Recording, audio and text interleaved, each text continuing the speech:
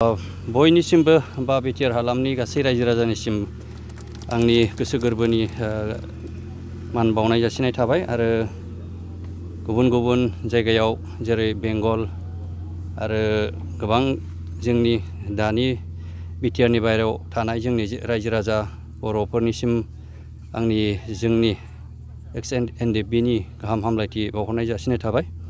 दिनै जों जोबोद गोजोननाय मोनदों आरो दिनै जेनोखि फैगौ मार्टिएस डे 14 सेप्टेम्बराव जोङो खुंनाय जागोन। बे 35 बोसोर बे जाबाय आरो बेखौ जों 35 मार्टिएस डे होननानै खुंनाय जागोन। दा बेखौ खुंनायनि लाहार फाहार जों खालामनाय जादों। दा दिनै बेवहाय जोङो दिनै खुन्थिया गायसननाय जाबाय।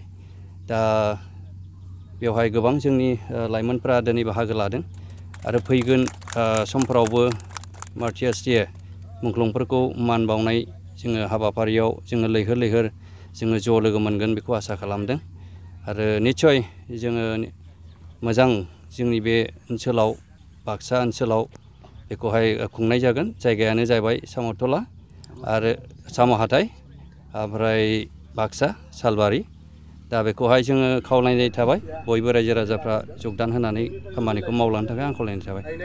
बियो सानसेनि हाबाफारि आरो बेखौ सानसेयावनो जों खुंनाय जागोन आरो प्रति बोसोरावनो बेखौ खुंनाय जायो। दा बेबायदिनो जेरै आवगायाव खुंदों बेबायदिनो खुंनाय जागोन। मेक्सिमाम देग्लाय जों बांसिनै रायजो राजा जों माने ग्रोम ग्रोम जों खुंनायनि मोनसे हाबाफारि बा मिजिं खालामदों। निस्सय रायजो राजाफ्रा बेहाय फैगोन आरो जों दिनै मुंख्लंफोरखौ दिनै मान बावफैगोन बेखौ आसा खालामदों।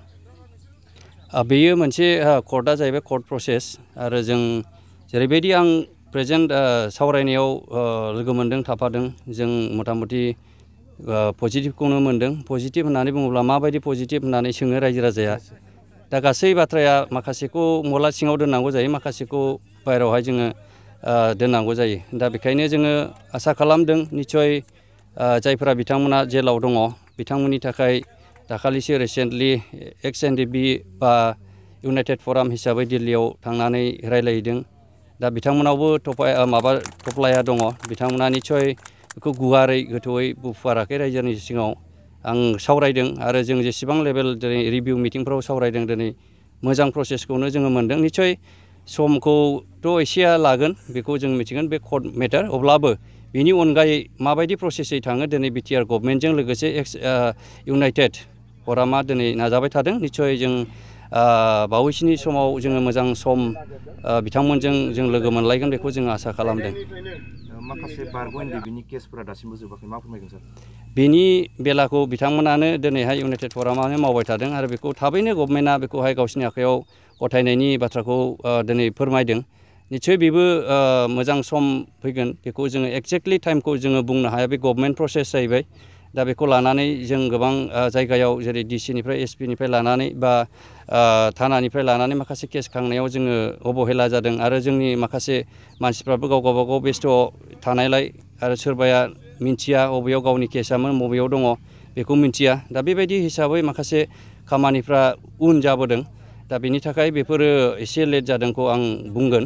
दा मथा मथि दाख्लि इउनाइटेड फरामाबो बेवहाय बाहागो लादों। एसे स्पिडैनो बे जादों आरो बेखौ जागोन बेखौ आसा थिदों आरो बेजों लोगोसे आं बे दिनै फैगोन मुंख्लं साननि गेजेरजों आं बेखौनो बुंनो सानदों जेरैबायदि जोंनि बिटिआर एकर्डआव जेरै मुंख्लंफोरखौ सनमान होनांगौनि जेखि बाथ्रा आरो बिथांमोनखौ जोङो दिनै गासै सुबुंफोरा बड'लेण्ड हालामनि सुबुंफोरा दिनै सनमान होनांगौ मान होनांगौ। दा बेबायदि एकर्डआव जोंहा एनेक्सार 2(8) जोंहा मोनसे बड'लेण्ड मुभमेन्ट मेम'रियेल मिउजियाम दङ। दा बेखौ जोंनि बिटिआरनिफ्राय जोङो मोनसे मोजां खबर मोनदों। जोङो दिनै बे साम'तला बाक्सा रुपहि नैबे जायगायावनो दिनैहाय गायसननायनि बिथांमोना दिनैहाय प्लान पलिसिखौ खालामबाय आरो बेखौ निस्सय जों साननैसोनि उनाव मोजां खबर मोनगोन आरो बेखौहाय गासै दिनै एनडिएफबिफ्रा बा रायजो राजाफ्रा दिनै बरायदों, मोजां मोनदों। निस्सय मुंख्लंफ्रा फार्स्ट जानांगौ। दा बेखायनो जोङो मोजां बेबायदि पजिटिभ जेरैहाय शिबनि सिन्थाधाराखौ नुनानै जों बयबो मोजां मोनदों। निस्सय बे ओनसोला दा बिटिआर गभर्नमेन्ट लेन्ड रेभिनिउनिफ्राय बेखौ 300 बिगा एलटमेन्ट खालामखानाय जाबाय आरो बेबो जोंनि थाखाय जोबोद मोजां आरो निस्सय उनाव निस्सय बे ओनसोलाव जोङो मोजां मिउजियाम मेम'रियेल मिउजियाम जों लुफुंनो हागोन बेखौ आसा खालामबाय आरो मिजिंथिबाय।